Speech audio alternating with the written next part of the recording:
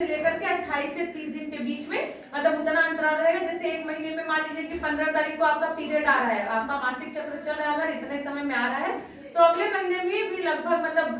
13 तारीख को, 14 तारीख को, 15 तारीख को, 16 भी हो सकता है, 17 भी हो सकता है। ऐसे 3-4 दिन का अंतर दे करके ये काम आपका मासिक चक्र जो है आपका चलेगा। और इसमें क्या होता है कि ऐसा नहीं है कि ये कोई ऐसी, जैसे शुरुआत में क्या होगा, किसी बच्चे के साथ जब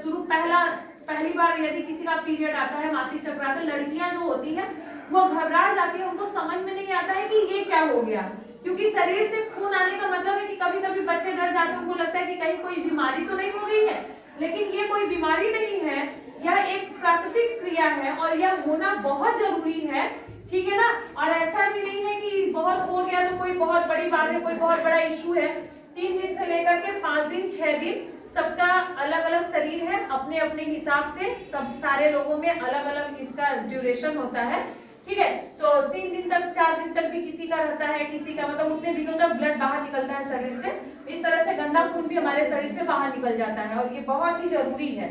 ठीक है। इसी को मासिक चक्र कहते हैं। लेकिन बहुत ज्यादा भी, जैसे ब्लीडिंग वगैरह, ब्लीडिंग का मतलब है खून का निकलना, बहुत ज्यादा भी खून शरीर से बाहर नहीं निकलना चाहिए। यदि आपके साथ ऐसा कुछ होता है, यदि आपको दर्द होता है तो आप जो है कि दर्द सबको होता है, क्योंकि भाई ये गर्भाशय की दीवार टूटेगी तो दर्द होगा, लगभग बराबर ही होता है। लेकिन यदि किसी में किसी चीज की कोई प्रॉब्लम है, दिक्कत है, तो बहुत ज्यादा दर्द होता है। तो यदि बहुत ज्यादा दर्द हो भी रहा है तो आप अपने मन से कोई दवा लेकर के दुकान से खरीद के नहीं खाएंगे, आप पहले एक बार डॉक्टर को बोलेंगे, दिखाएंगे, जाकर के हॉस्पिटल में दिखाइए, वो जैसा कहेंगे, वो यदि दवा के लिए बोलते हैं फिर आपको दवा खाना है, अन्यथा आपको किसी भी प्रकार की कोई दवा नहीं लेनी है।